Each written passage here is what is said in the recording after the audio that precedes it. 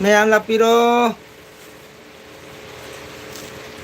ꯃꯪꯒꯣꯜ ꯅꯠꯇꯖꯤꯅ ꯃꯌꯥꯝ ꯉꯥꯏꯗꯨ ꯂꯩꯖꯔꯤꯌꯦ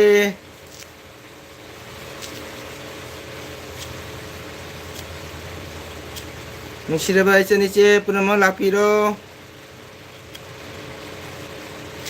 ꯑꯩ ꯇꯨꯝ ꯍꯧꯒꯠꯂꯒ ꯍꯩ ꯑꯃꯦꯠꯄꯤ ꯆꯥꯒꯦꯅ ꯇꯧꯔꯤ ꯃꯌꯥꯝ ꯇꯨꯝ ꯍꯧꯒꯠꯅꯗ꯭ꯔꯤꯕꯣ ꯄꯨꯖꯥ ꯅꯨꯃꯤꯠꯅꯤ ꯌꯥꯝ ꯊꯦꯡ ꯇꯨꯝꯒꯅꯨ ꯃꯌꯥꯝ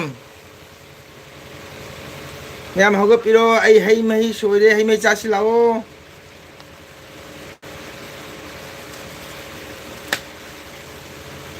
ꯃꯌꯥꯝꯁꯦ ꯇꯨꯝꯅꯔꯤꯕ ꯀꯔꯤꯅꯣ ꯍꯧꯖꯤꯛ ꯄꯨꯡ ꯀꯌꯥ ꯇꯥꯔꯦ ꯑꯍꯨꯝ ꯇꯥꯗꯣꯔꯦ ꯑꯍꯨꯝ ꯃꯈꯥꯏ ꯍꯦꯜꯂꯦ ꯁꯤ ꯃꯌꯥꯝꯁꯦ ꯂꯥꯡꯅꯗꯦ 이붕 이베마누 ꯇꯨꯝ ꯍꯧꯒꯠꯇ꯭ꯔꯤꯕ꯭ꯔꯣ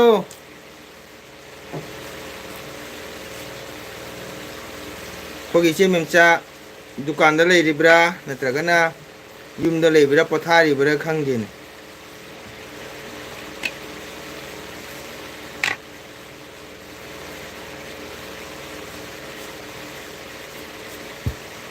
ꯑꯩꯒꯤ ꯏꯃꯥꯛꯆꯧꯕ ꯏꯕꯣꯛ ꯑꯗꯨꯕꯨ ꯅꯥ ꯐꯔꯕ ꯈꯪꯗꯦꯅꯦ ꯑꯩꯒꯤ ꯏꯃꯥꯛꯇꯨꯕꯨ ꯅꯥꯕ ꯐꯔꯕ ꯈꯪꯗꯦ ꯍꯤꯗꯥꯛ ꯆꯥꯔꯤꯕ ꯆꯥꯗꯕꯁꯨ ꯈꯪꯗꯦ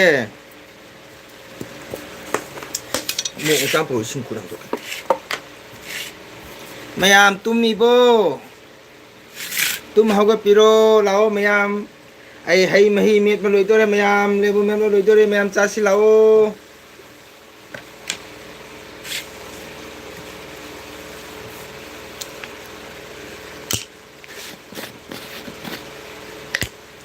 ꯂꯣꯏꯅ ꯇꯨꯝꯃꯤꯕ ꯈꯪꯗꯦ ꯇꯨꯝꯖꯟꯃꯜꯂꯗ ꯈꯪꯗꯦ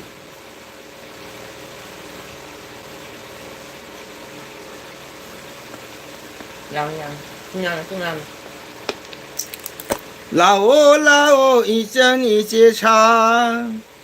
ꯃꯪꯒꯣꯜ ꯅꯠꯇꯅ ꯉꯥꯏꯗꯨꯅ ꯂꯩꯖꯔꯤ ꯂꯥꯛꯑꯣ ꯂꯥꯛꯑꯣ ꯏꯆꯟ ꯏꯆꯦ ꯃꯌꯥꯝ ꯍꯩ ꯃꯍꯤ ꯆꯥꯁꯤ ꯂꯥꯛꯑꯣ ꯃꯌꯥꯝ ꯍꯩ ꯃꯦꯠꯄꯤ ꯁꯤ ꯁꯥꯕ꯭ꯔꯣ ꯌꯥꯝ ꯁꯥꯏ ꯍꯥꯏꯔꯣ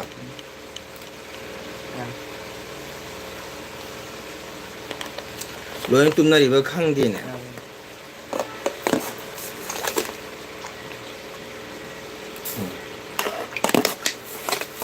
ꯐꯤ ꯆꯣꯠꯄꯗ ꯀꯥꯏ ꯆꯠꯂꯝꯃꯤ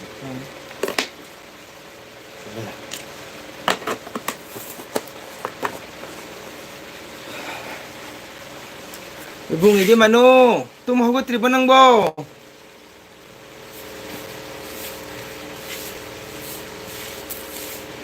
ꯏꯔꯥꯅꯤꯄꯨꯔꯒꯤ ꯏꯇꯩꯃ ꯒꯨꯍꯥꯇꯤ ꯂꯩꯕ ꯑꯩꯈꯣꯏ ꯏꯆꯦ ꯃꯆꯥ ꯗꯨꯀꯥꯟꯗ ꯂꯩꯔꯤꯕ꯭ꯔꯥ ꯅꯠꯇ꯭ꯔꯒꯅ ꯌꯨꯝꯗ ꯄꯣꯊꯥꯔꯤꯕ꯭ꯔꯥ ꯃꯌꯥꯝ ꯂꯥꯛꯄꯤꯔꯣ ꯏꯆꯤꯟ ꯏꯅꯥꯎ ꯑꯩ ꯂꯦꯕꯨ ꯃꯦꯠꯇꯅ ꯂꯩꯔꯦ ꯁꯦ ꯃꯌꯥꯝ इल्लगे ꯂꯦꯡꯕꯤꯔꯛꯑꯣ ꯇꯨꯝ ꯍꯧꯒꯠꯄꯒꯤ ꯃꯌꯥꯝ 이ꯆꯟ 이ꯆꯦ ꯏꯇꯩ ꯃꯌꯥꯝ ꯑꯝꯇꯪ ꯍꯩ ꯃꯍꯤ ꯃꯇꯦꯡ ꯊꯣꯟꯖꯒꯦ ꯅꯪꯒꯤ ꯀꯩꯅꯣꯝ ꯄꯨꯔꯛꯑꯣ ꯇꯦꯡꯒꯣꯝ ꯃꯆꯥ ꯑꯃ ꯄꯨꯔꯛꯑꯣ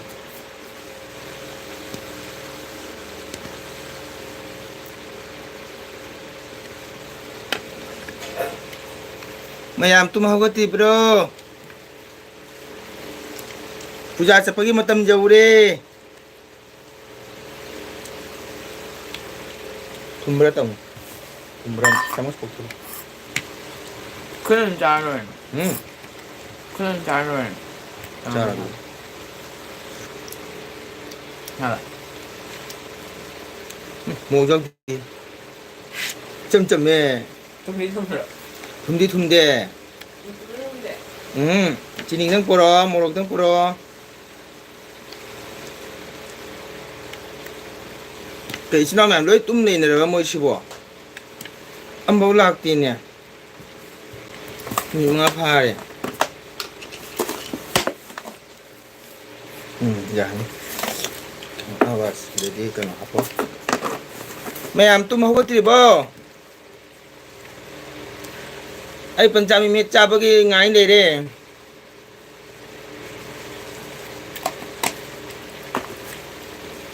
ꯃꯌꯥꯝ ꯂꯥꯛꯑꯣ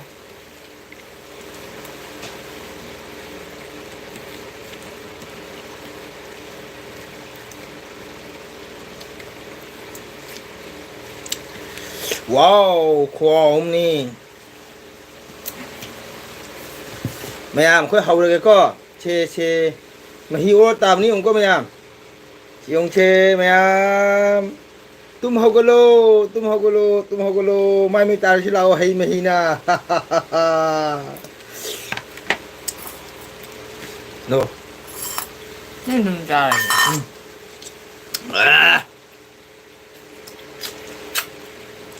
khổ ổng nha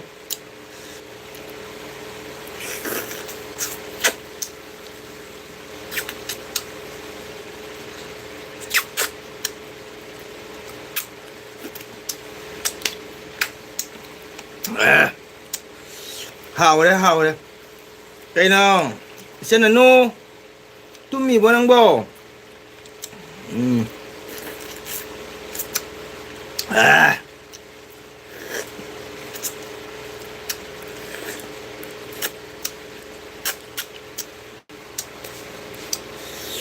hào ấy em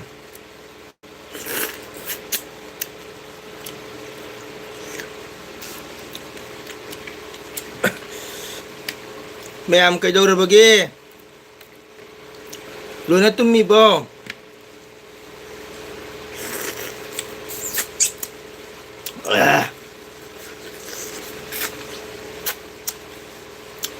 Sekian tidur dah. Ini Apa? deh. Sekian tidur apa? Amda sulak ti. Ma'am, kaidoorage lakti sipo. Durga Puja ने मोबाइल के पाइने देव जा रखंग दिए ने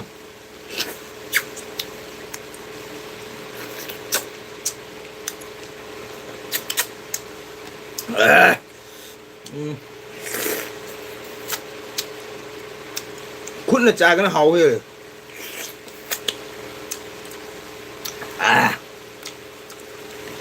Mấy được kìa. đâu nè trong mà mới rau để hậu đấy mình Rồi. mẹ em lạc không có lô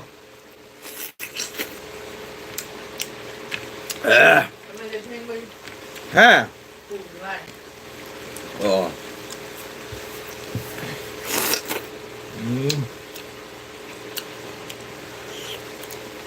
cái nào nằm tâm có mấy lạc thì sẽ bo mẹ em puja này mobile cái pai rồi sao lo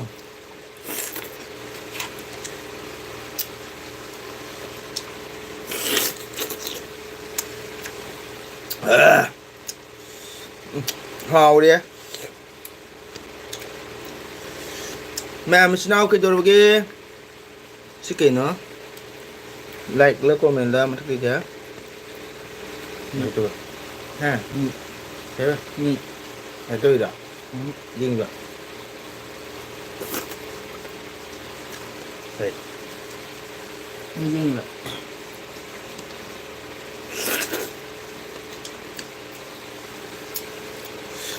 mẹ mình xin nào lạc piro cái đồ bagi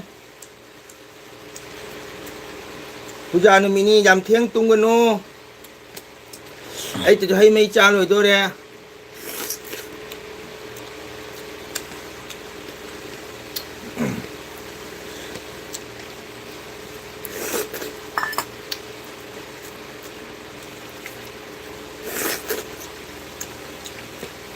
mấy ô bà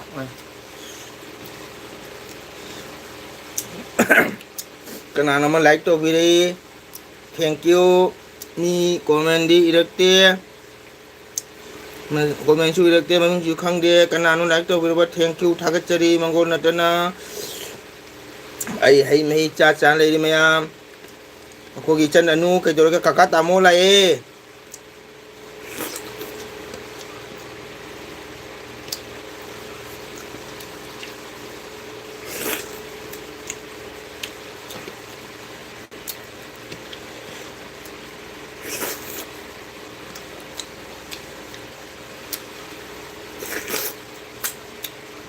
Mày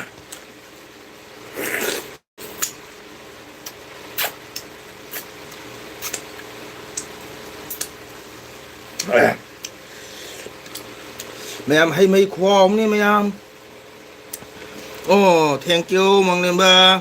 Ojabu kuram jari. Hare Krishna mang le. Ai lại chú mitra phát cho second tra phát le. Mitra. Cái nam la pidre ngasi se. Ai su se de halaga. Ko ang hapotharu ga hay mấy cha ge na ko. Hay mấy men cha ri mang lem. Nan ngai thank you puja ko be saloi dro. Roshi KH blog. Hi Roshi.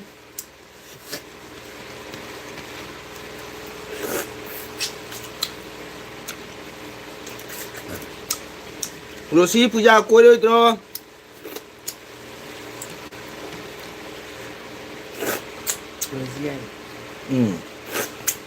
Được đi. Rồi bây giờ. Oh, ấy rồi Roshi à. Cái nó chả mi. Cái gì hay? Một số mi ga. Che. Panchami tang khai mà qua. Mà cũng muốn miếng ngâm để tang khai mi cha đấy. Một số mi ga. Tụm hậu cho nên cha bên này có. À tôi nói puja coi rồi đó.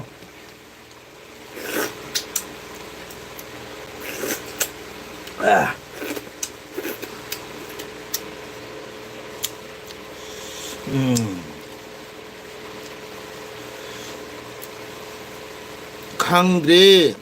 coi cái đó coi mà cây vào nó này. Ngay khi hay những tiếng Anh nó coi gì đó coi để khang dạy cây rồi. Hào đi bộ khoa ông này rồi gì.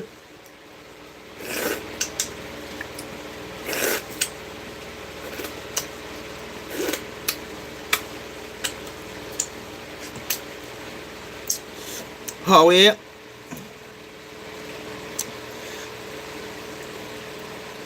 Ok, chúng đi puja lấy pi ba. Rồi xem ta hay đâu năng dùng cái tụi nó. Tụi đi năng thắp chỉ làm ni, lại là phần na. Dùng cái puja, là pini. Ay mo sẽ bol khlat này. Ok, bol khlat. Dokumen pa ba kita nung IT ro si ko kage mobile se ngang su high display set kano problem to en han ta um dei ko bul khla ta ni okay ado dala uro noi puja ro koi ba bul khla di site dulu bul khla do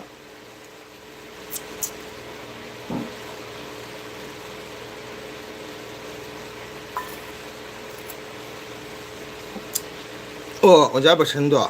오케이 뭘 그러더니 너 이거기 샤이기니 오케이 순아이 보컬라 순아이 보컬라 jadi ai heng tang kulung doida sunai cái hai bon trapu da phioi la kani naba millimeter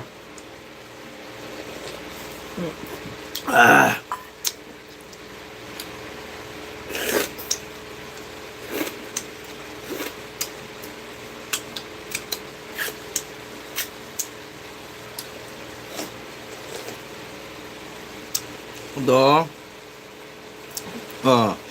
điều gì hay đấy ô à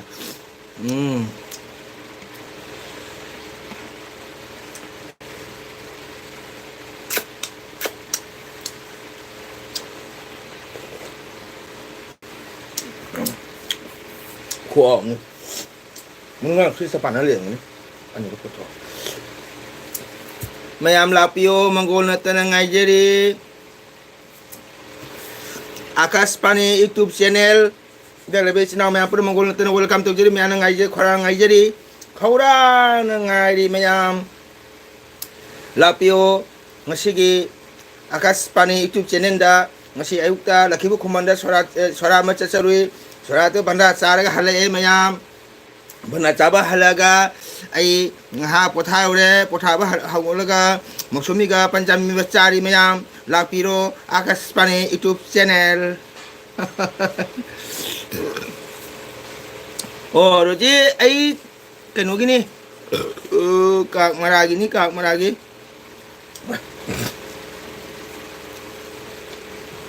kak maragi ni ai noi duga su sei sak pala me sunai lamagram chanpur sunai joragul dari bontrapur jadi bontrapur lamagram khogi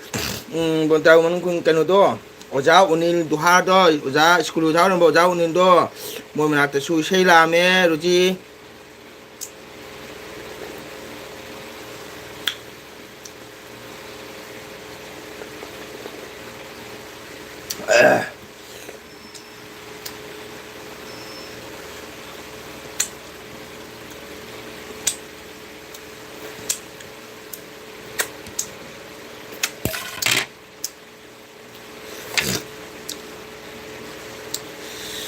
aigi ichan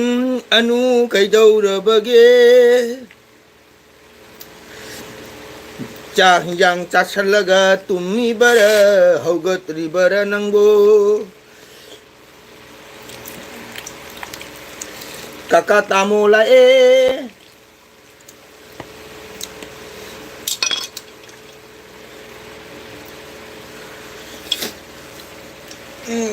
mayam kaidono tummibra pothanaribra thabak sinaribra ai haijaba ngamjadre mayam laktise puja koiba chatlabra puja koi chapai matam diwali ko mayam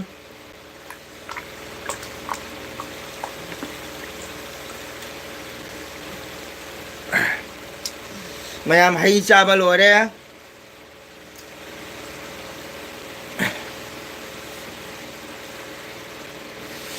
do hai chaba lore mayam ai kwam tam chaja ki ka mayam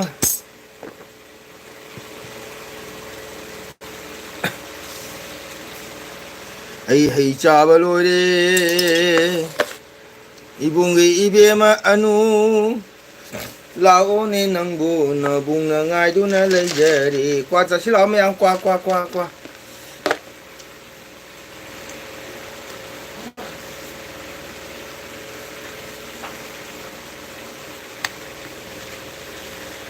ai chana nu su lakti ne ke do khang de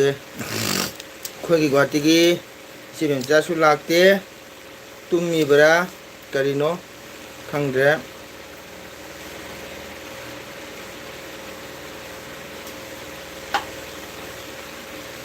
tumna leirba khang de mayam lakpiyo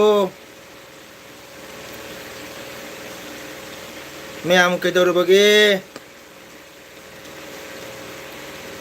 mongol na tagim channel siming tabiyo mayam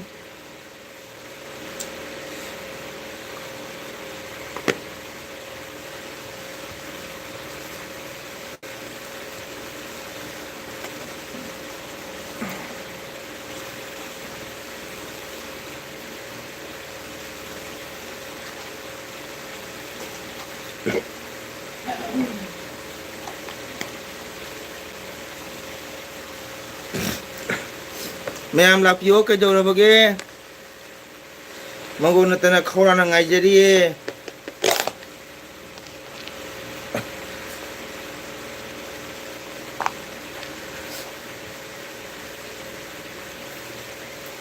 lao ichan iche mongol na tana ngai jeri Pigao sana ni jeri lao itu tienen izin inau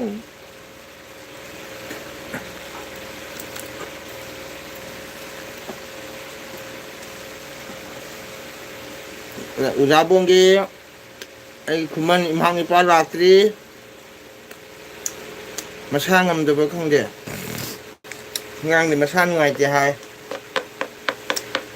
ngasi di kena makon ta ke dre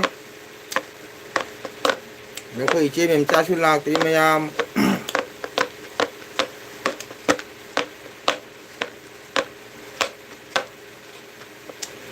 ꯑꯗꯨꯒꯗꯤ ꯑꯩꯒꯤ ꯏꯆꯟ ꯀꯣꯅꯨ ꯂꯥꯛꯇ꯭ꯔꯤ ꯉꯥ ꯑꯩꯈꯣꯏ ꯏꯆꯟ ꯔꯕꯤꯇꯥꯒꯤ ꯃꯆꯥ ꯃꯁꯥ ꯉꯝꯗꯦꯁꯨ ꯍꯥꯏ ꯉꯥꯛꯇꯒꯤ ꯃꯥꯁꯨ ꯂꯥꯛꯄ ꯎꯗꯦ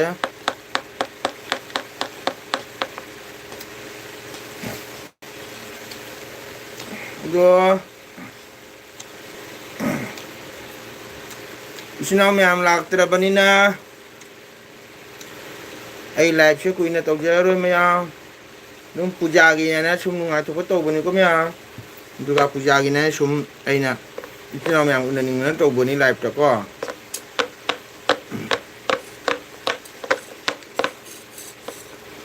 ꯑꯩꯒꯤ ꯏꯆꯟ ꯑꯅꯨꯁꯦ ꯄꯣꯊꯥꯔꯕ ꯈꯪꯗꯦ ꯇꯨꯝ ꯍꯧꯒꯠꯇ꯭ꯔꯤꯕ ꯈꯪꯗꯦ ꯑꯗꯩꯗꯤ ꯑꯩꯈꯣꯏꯒꯤ ꯒꯨꯍꯥꯇꯤꯒꯤ ꯑꯩꯈꯣꯏ ꯏꯆꯦ ꯃꯦꯝꯆꯥꯁꯨ ꯂꯥꯛꯇ꯭ꯔꯤ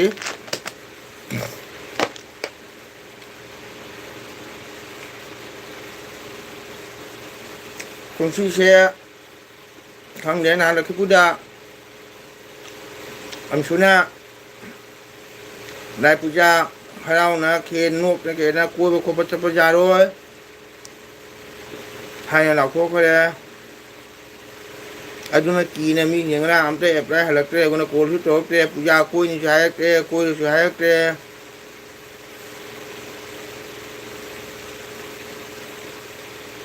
ꯑꯗꯩꯗꯤ ꯀꯩꯁꯥ ꯀ꯭ꯔꯤꯁꯅꯄꯨꯔꯒꯤ ꯑꯩꯈꯣꯏ ꯃꯥꯏꯅꯨ ꯃꯆꯥ ꯂꯥꯛꯇ꯭ꯔꯤ ꯁꯔꯃ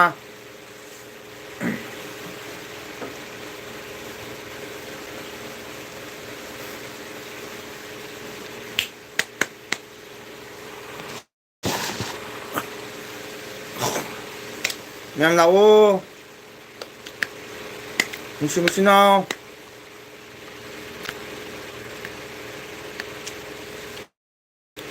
यूट्यूब चैनल का जो भाई बहनों दर्शकों आइए मंगल चैनल में सबको मैं नमस्कार सबको शुक्रिया करना चाहता हूँ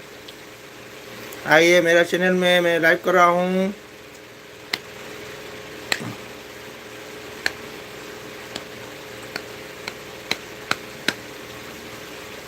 मैं ngasi ngang bel shooting ngasi dasami numit ni puja ni suba ada puja gi sum ma'am चिनाव नगाना दum लैपटॉप जबनी मैम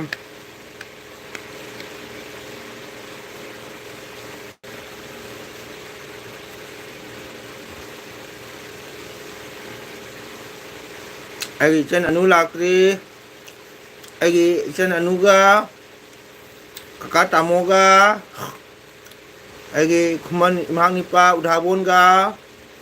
गुवाहाटी के कोई इसे बेमचागा लागा आई थमजरगे लाइव से मैम सु तुमनरिबा पथारिबा करिनो अमदसु कमेंट हनबिरक लापीजे कमेंट इरक्ते पूजा नुमिनी नाम तुम मोजाय खले आई देसु आई गन्ना चना इसे थरा सकलु लागा लुबा तुम मुरे तुम होगरगा मौसमी पंचामी में चावल होगा मैम चिनाव उनगा लाइव तौरी तो ma'am लापीजे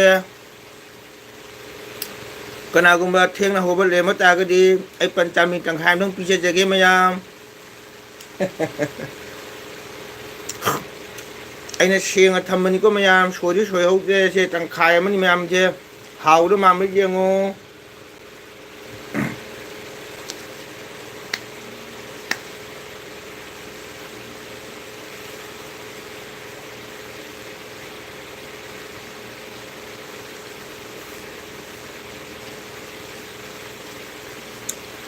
Oh, kogi Krishnapuri tada lalu, ay yamba tada lalu Krishnapuri kari hari mamata,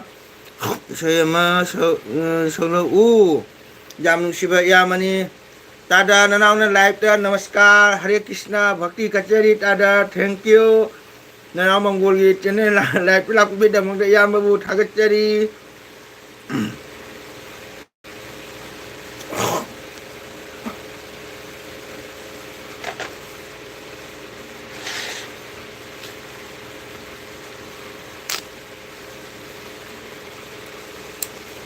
Hare Krishna tada Hare Krishna nanaw manggol na live ta Bhakti Kachari Hare Krishna ताजा नहांगी तांत्रा तेगी सैदो नुआई ब्रो वारो उरबा खंगदे आम phone सु तोबिरक्ते कोई मामो हेमंत सु call तोरक्ते जाम वारो उरबा खंगदे नना हजिसु हचा नुआइत्रे जायरों पोंबगी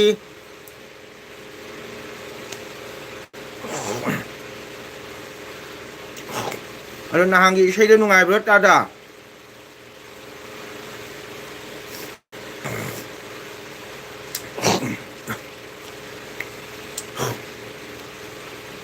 nàng xây phiêu cho ngai bro ta da ai tàu đi chạy đông budi ama pom na loi na phag re ama mu pom khale ta da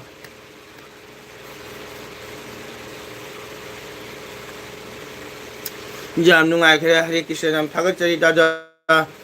na nam cái dau ni hachang do ka to budi ki lak ta bani ko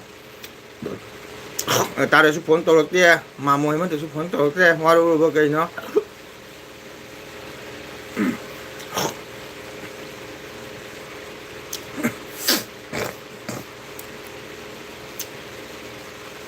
mẹ em là piêu xin nào ibung ibiyama anu nabung nangai tu na lady ne like kinil na ijen anu laga kakatamu laga nabung lai basi loi shen ge ai chỉ mình cha su lạc đi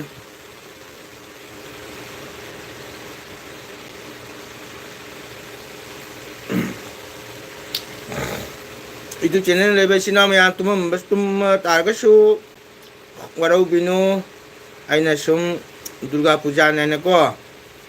ai nang su tong jadi live se ngarang am tong je ngasi su ngatang sinau yang wari sana jage haina aina live tong jabani ado isnau mayam kana guma sinau YouTube channel lai biriba mango na tagi channel da nono yang biri mataraga di nana bu nusibiduna ai bu nusibiduna like to biramu subscribe to biramu ai su mayang like to jage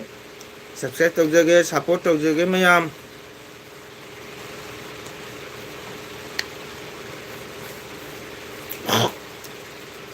koi roji puja lai bani na ma ले तुम नहीं है मंगने में सु हरे कृष्ण भक्ति कलम मगर ले है थबक चिन्ब्र खंगे रोजी ngasi kari yang cha usop chai rao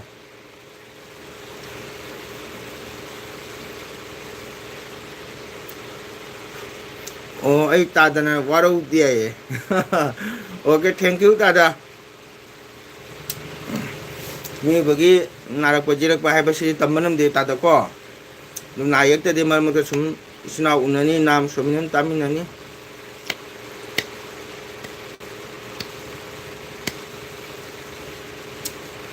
mayam ai channel se ngasi mi mo lakpi te mayam lakpi yo mayam tumo masumi kap thopi ro ai mayam la pi je ga nai panchami tangkhai mat thami mayam se ai tang khai mat thami panchan mi mayam chana ba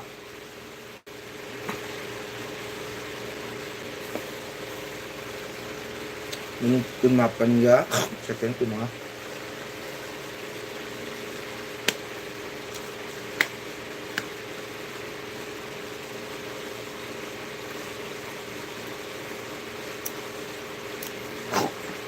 Dada Durga Puja koi ra kadra kum si Sijera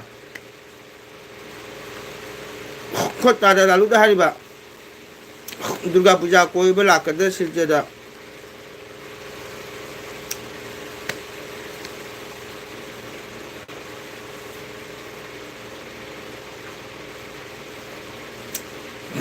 ai chân là nó sẽ cài dầu rồi bơ không vậy Hyderabad ki ai chân kaka tamo sulak dia mangang sulak dia ngasi sulak dia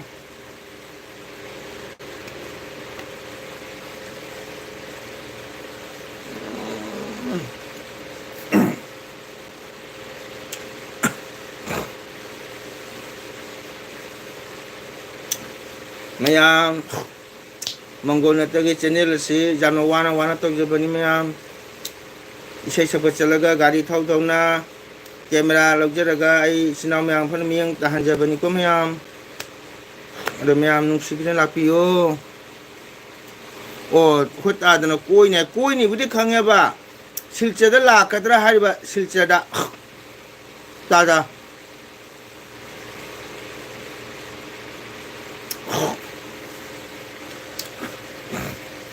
mayam like to biamo ni budi mga to surai bu like tim to biam de like ni kita ni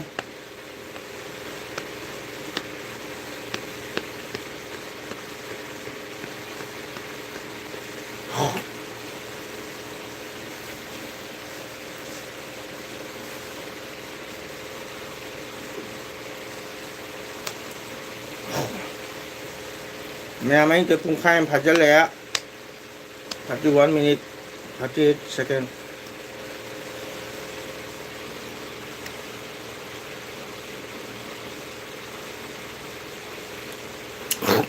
khut ta dana kai hai da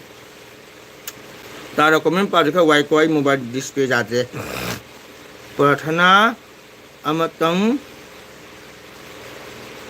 nam oina taningi okay thank you tada ai silchada lakani ado unasi tada call to ro ado ai khidang thenga kani ko nimito bon terapuda phiroi loramaga sirba konthol kaida sorat ma sauraga halaga lakadumni ado tada lapa matamda call to biro khot tada na kari ha प्रार्थना amtang sapiyo hai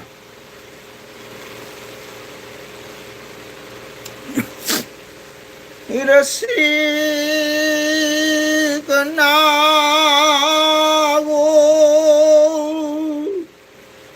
kacari Sri Choronda jibagi thawai oi 이붕이 쫄온다 그릇이 끝나고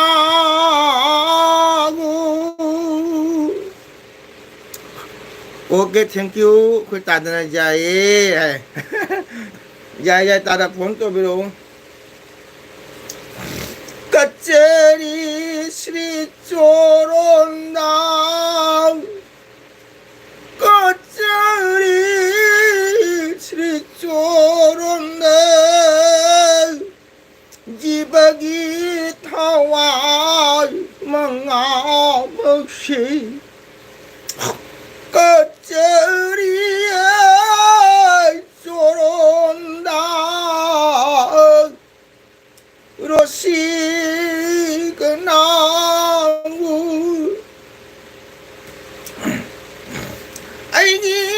타와이 망아 막시 각자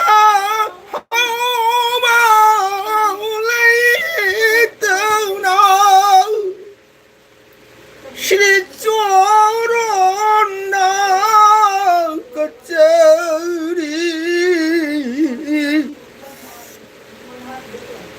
그렇지 끝나고 아이기 타와이 망아 먹시 나라의 타와이 망아 먹시 각자 호바레이떠나 나라의 각자 호바레이떠나 시리쪼론나 끝자리 이렇게 끝나고 এই দাদানা ভালো ভালো হরে কৃষ্ণা ꯇꯥꯗ ꯑꯗꯨꯝ ꯄꯥꯡ ꯁꯥꯟꯅ ꯁꯛꯄꯅꯤ ꯍꯩ ꯄꯣꯟꯇꯦꯗ ꯔꯥꯕꯤꯍꯥꯔ ꯑꯣꯏꯕꯤꯌꯨ ꯄ꯭ꯔꯥꯅꯅꯥꯊ ꯏꯕꯨꯡꯉꯣ ꯖꯒꯣꯏ ꯁꯥꯕ ꯇꯝꯕꯤꯌꯨꯀꯣ ꯅꯔꯥꯏꯁꯨ ꯌꯥꯎꯖꯒꯦ ꯔꯨꯁꯤ ꯀꯅꯥꯒꯨ ꯏꯁꯩꯗꯁꯨ ꯐꯅꯌꯥꯝ ꯁꯛꯑꯦ ꯏꯆꯤꯟ ꯏꯅꯥꯎ ꯑꯝꯇ ꯂꯥꯛꯄꯤꯗꯦ ꯑꯩꯒꯤ ꯏꯆꯟ ꯑꯅꯨ ꯑꯃꯁꯨ ꯏꯆꯦ ꯕꯦꯝꯆꯥ ꯂꯥꯛꯑꯗꯤ ꯑꯩ ꯂꯥꯏꯐꯁꯦ ꯂꯣꯏꯁꯤꯟꯖꯒꯦ ꯇꯧꯕꯅꯤ ꯍꯥꯏꯗ꯭ꯔꯕꯥꯗꯀꯤ ꯑꯩꯒꯤ ꯏꯆꯟ ꯀꯀꯥ ꯇꯥꯃꯣ ꯂꯥꯛꯇ꯭ꯔꯤ पंचभूना सावद्रिहे लई जाओगे इबुंगो लई जाओगे इबुंगो नराय थवाय मंगातरी प्रेम लीला जाहलबियो रसिकनाऊ मैम लापियो निभेतोनी कुंजदा अनीन जुगुल उबियो चामोर खुद बाहर दूना श्री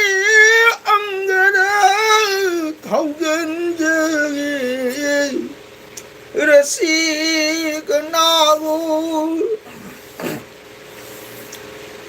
अयगी इचन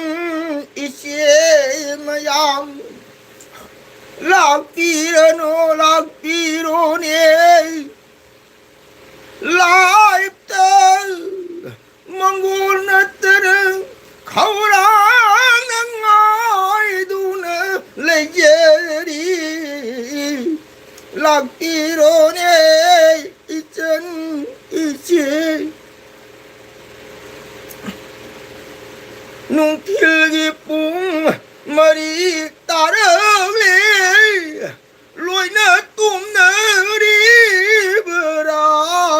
हौगत पीरो पूजा चटपगी मतम जौरे मैम लाक्ट्रे जदे आई ngahaktangga leigige aigi ichan anu aigi Hyderabad ki ichan kaka tamo Guwahati gi khogi chibemcha laktri dukan phamibra natagana chasing toga potharibra hai jaba ngamdre khoi chibemcha lakna hangai di mokpana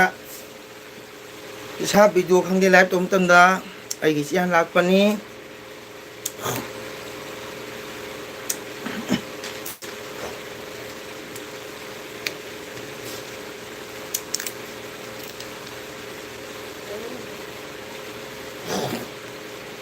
ai kwa matab ani ahum ani sure adom ta laktre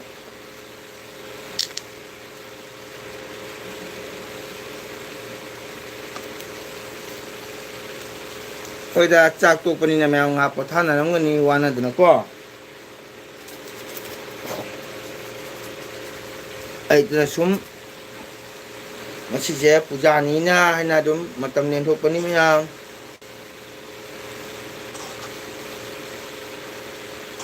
do aina live loina thangju taraga su sina mayang foreign mongol na tagi channel na changbiraga tumuba taraga su khubi mamte nambira muko mayang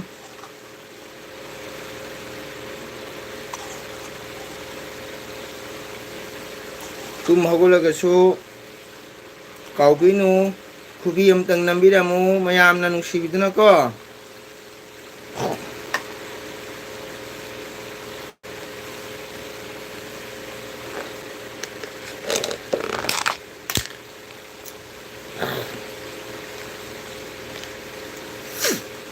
Kaya ngatang layraga apagi local bus kandi puram dada lai lali cai ni pujang gaje lal pa ramna kano to bola isoni Durga Puja apagi bus kandi puram dada do ngahal chalu ga na khali mayam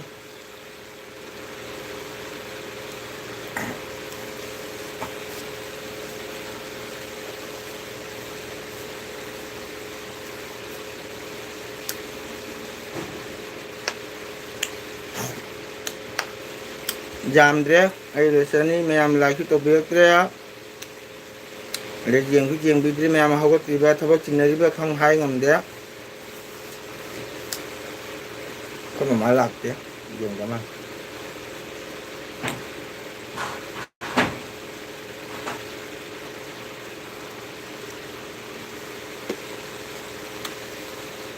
ai puja lo baga mayam china laki puja kali puja ningon chakoba ani Nisira ba chen ni mayam ningon chako bosula ni mung apa mayam na macam bu kau ba ko angam ba mung apa singa dan tau ba macam singa mung apa bu kibo pibiram ba ko jaman usiba jaman tamon usiba kanuni ahlam tau namba ningon chako ba hanya cahi amagi macam jaro kadore naman po impal dati mako gidi kumsi ningon chako ba kaunaro hana mako gidi lakho kare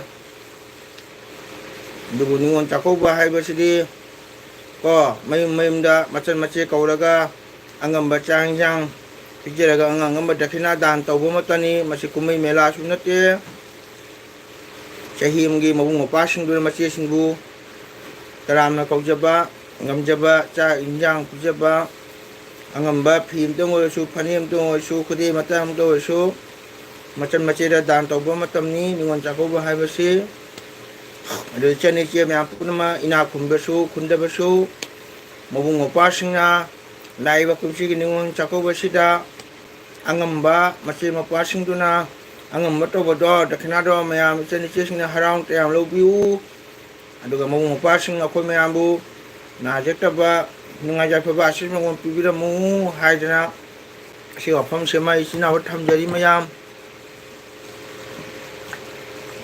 dengan sidi pung mari helaya isina kanam laktre ngasidi thabok chinarabra pathanari bra khang haibangam de khoi tara lalu leri bro nana mongol chene ji jengbi bro live ta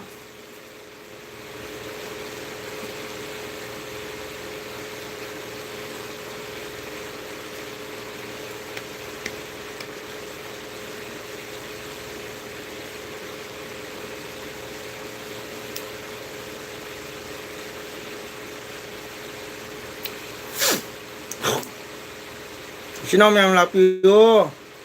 ngatang sumikum dong su yang live macam yo.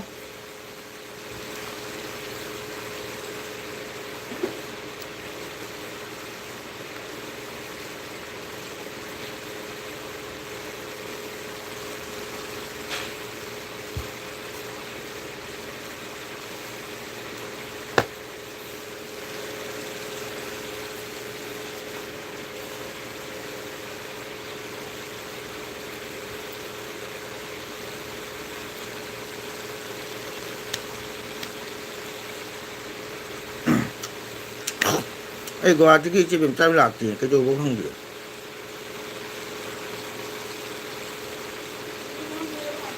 Tadi lagi.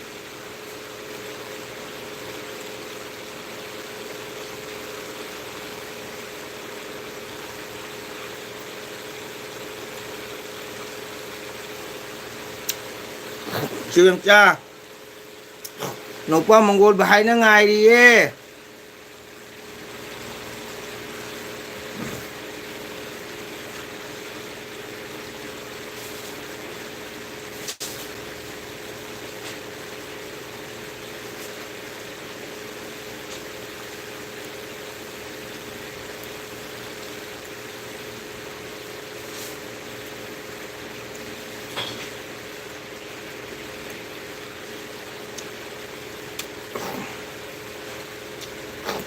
문어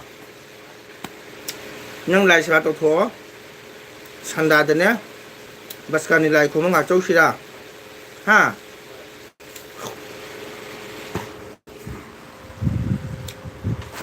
아도 ai ichen iche sing am ten laki tre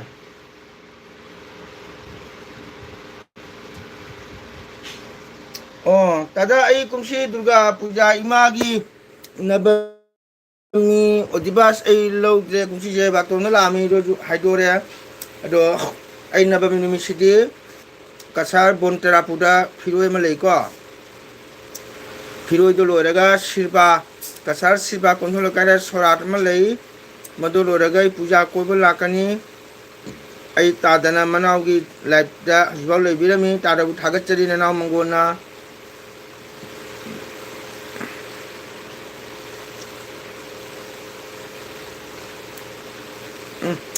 S उधाबोंगी Durga मंदिर याम फजेये तुमसी खुफा जम तादे आई नहान चलुये उधाबोंगी कच्चाकांदी road कुदो askupa jamni tada chu biram bani ai gi youtube channel de thanga ki bani tada jengbiu uda bongi kachakandi mana ki do kupa jam chate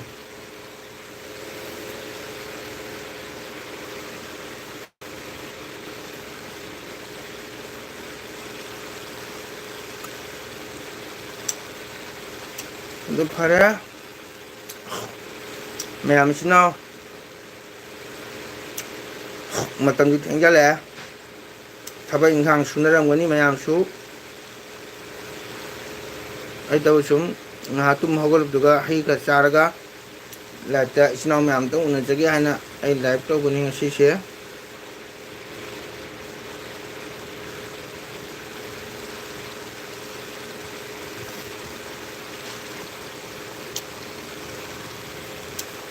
masih di toleng gundu su panfobi malalau di benagan di part 1 de su lalau di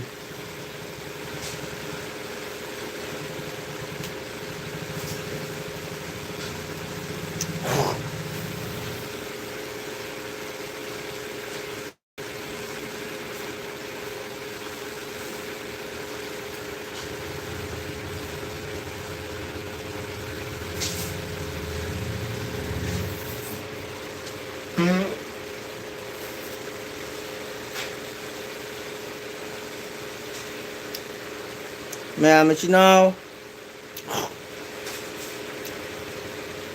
ngã tăng mình mga tăng ngay đi mẹ làm piu tăng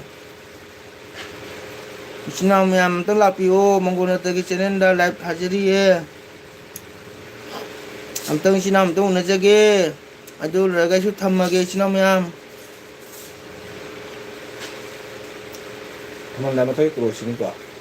Atau terus coba. ha ok ok em được.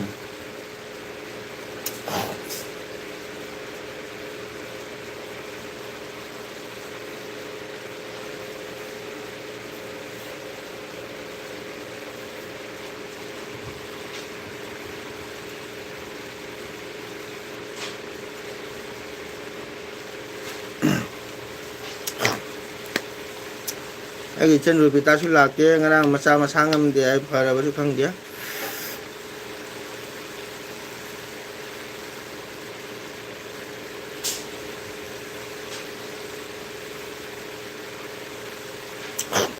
ok manggonakan 다갓살이 YouTube channel 레벨 신앙이 안 뿌는 막고 매암 사포트 비록 거되게 아이나 아이게 다가 숙적져 버니 매암 아따이 수 매암나 사포트 비록거니 하이브게 아사 떡제이 매암나 manggo나 channel 세 매암나 라이크 또 비라모 쉐어 또 비라모 subscribe 또 비라모 하고 심발에 내가 수 허 매암 좀 하고 비라가 manggo나 때는 꿈등 라이브 타져버세 매암나 쿠비움등 라이크 또 비라모 거 đây xuống hả bus kan dina khoi local gi ko Durga puja teng salu kia do mayam do thamma ge mayam ko okay bye mayam horan su ꯑꯩ ꯄꯨꯖꯥꯗꯩ ꯍꯜꯂꯒ ꯃꯈꯥ video ꯌꯦꯡꯇ ꯍꯟꯖꯒꯦ ꯅꯣꯏ ꯏꯆꯤꯟ ꯏꯅꯥꯎ ꯃꯌꯥꯝꯁꯨ ꯄꯣꯊꯥꯅꯔꯤ ꯃꯔꯦ ꯀꯔꯤ ꯈꯪꯗꯦ ꯑꯗꯣ ꯉꯁꯤꯗꯤ ꯏꯆꯤꯟ ꯏꯅꯥꯎ ꯃꯌꯥꯝ ꯂꯥꯛꯄꯤꯗꯦ ꯃꯇꯨꯡꯗ ꯂꯥꯛꯄꯤꯌꯨ ꯃꯌꯥꯝ ꯑꯗꯣ ꯍꯣꯏ ꯃꯌꯥꯝꯅ ꯍꯧꯒꯠꯄꯤꯔꯒ ꯑꯩꯒꯤ ꯂꯥꯏꯐꯁꯦ ꯃꯌꯥꯝꯅ ꯈꯨꯕꯤ ꯑꯃꯇꯪ ꯅꯝꯕꯤꯔꯝꯃꯨ ꯃꯌꯥꯝ ꯑꯅꯧꯕ ꯏꯆꯤꯟ ꯏꯅꯥꯎ ꯀꯅꯥꯒꯨꯝꯕꯅ ꯌꯦꯡꯕꯤꯔꯝꯕ ꯇꯥꯔꯒꯁꯨ ꯃꯪꯒꯣꯜ ꯅꯠꯇꯒꯤ ꯆꯦꯅꯦꯜꯁꯤ ꯁꯕꯁꯀ꯭ꯔꯥꯏꯕ ꯇꯧꯕꯤꯔꯝꯃꯨꯀꯣ ꯂꯥꯏꯛ ꯇꯧꯕꯤꯔꯝꯃꯨ ꯃꯌꯥꯝ ꯑꯗꯣ ꯍꯧꯖꯤꯛꯀꯤꯗꯤ ꯑꯩ ꯚꯤꯗꯤꯑꯣꯁꯤ ꯊꯝꯃꯒꯦ ꯑꯩ ꯉꯥꯏꯖꯕꯅꯤ ꯑꯩꯒꯤ ꯏꯆꯟ ꯑꯅꯨ ꯑꯗꯨꯒꯗꯤ ꯍꯥꯏꯗ꯭ꯔꯕꯥꯗꯀꯤ ꯑꯩꯒꯤ ꯏꯆꯟ ꯀꯀꯥ ꯇꯥꯃꯣ ꯑꯗꯨꯒꯗꯤ ꯒꯨꯋꯥꯍꯥꯇꯤꯒꯤ ꯑꯩꯒꯤ ꯏꯆꯦ ꯄꯦꯝꯆꯥ ꯂꯥꯛꯇꯦ ꯏꯆꯦ ꯄꯦꯝꯆꯥꯁꯦ ꯗꯨꯔꯒꯥ ꯄꯨꯖꯥ ꯃꯇꯝꯅꯤꯅ ꯗꯨꯀꯥꯟꯗ ꯌꯥꯝꯅ ꯚꯤꯔ ꯑꯣꯏꯕ꯭ꯔꯥ ꯈꯪꯗꯦ ꯀꯁꯇꯃꯔ ꯑꯗꯨꯅ ꯃꯥ ꯂꯥꯛꯇ꯭ꯔꯦ ꯍꯧꯖꯤꯛ ꯐꯥꯎꯒꯤꯗꯤ ꯑꯩꯒꯤ ꯆꯦꯅꯦꯜꯁꯤꯗ ꯑꯗꯣ ꯍꯣꯏ ꯏꯆꯦ ꯄꯦꯝꯆꯥꯅ ꯍꯣꯔꯦꯟ ꯗꯨꯀꯥꯟ ꯂꯣꯏꯔꯒ ꯂꯣꯜꯂꯝꯃ ꯃꯇꯨꯡꯗ ꯌꯦꯡꯕꯤꯌꯨ ꯃꯪꯒꯣꯜ ꯚꯥꯏꯒꯤꯅ ꯂꯥꯏꯚ ꯊꯥꯖꯔꯤꯕꯁꯤ ꯍꯣꯔꯦꯟ ꯂꯥꯏꯛ ꯇꯧꯕꯤꯌꯨꯀꯣ ꯏꯆꯦ ꯗꯨꯀꯥꯟ ꯐꯝꯃꯤꯕ ꯈꯪꯗꯦ ꯔꯣꯖꯤꯁꯨ ꯊꯝꯈ꯭ꯔꯦ ꯃꯣꯏ ꯄꯨꯖꯥ ꯂꯩꯕꯅꯤꯅ ꯊꯥꯒꯠꯆꯔꯤ ꯏꯆꯟ ꯔꯣꯖꯤꯅ ꯆꯤꯜꯂꯕ ꯃꯇꯝꯗ ꯑꯩꯒꯤ ꯆꯦꯅꯦꯜꯁꯤꯕꯨ ꯌꯦꯡꯕꯤꯔꯒ ꯃꯥꯅ ꯂꯥꯏꯛ ꯇꯧꯕꯤꯔꯝꯃꯤ ꯊꯥꯒꯠꯆꯔꯤ ꯏꯆꯟꯕꯨ ꯃꯇꯝ ꯄꯨꯝꯕꯗ ꯏꯆꯟꯕꯨ ꯔꯣꯖꯤꯕꯨꯁꯨ ꯁꯞꯄꯣꯔꯠ ꯇꯧꯖꯔꯤ ꯑꯣꯜ ꯌꯨꯇ꯭ꯌꯨꯕ ꯆꯦꯅꯦꯜ ꯂꯩꯕ ꯏꯆꯤꯟ ꯏꯅꯥꯎ ꯃꯌꯥꯝ ꯄꯨꯝꯅꯃꯛ ꯃꯪꯒꯣꯜ ꯅꯠꯇ ꯁꯞꯄꯣꯔꯠ ꯇꯧꯖꯔꯤ ꯃꯌꯥꯝꯅ ꯑꯝꯇꯪꯗꯤ ꯃꯪꯒꯣꯜ ꯅꯠꯇꯒꯤ ꯌꯨꯇ꯭ꯌꯨꯕ ꯆꯦꯅꯦꯜꯒꯤ ꯁꯕꯁꯀ꯭ꯔꯥꯏꯕꯔ 1K ꯑꯝꯇꯪꯗꯤ ꯌꯧꯍꯟꯕꯤꯌꯨ ꯀꯣ ꯃꯌꯥꯝ ꯑꯣꯀꯦ ꯃꯌꯥꯝ ꯑꯩ ꯊꯝꯃꯒꯦ ꯃꯌꯥꯝ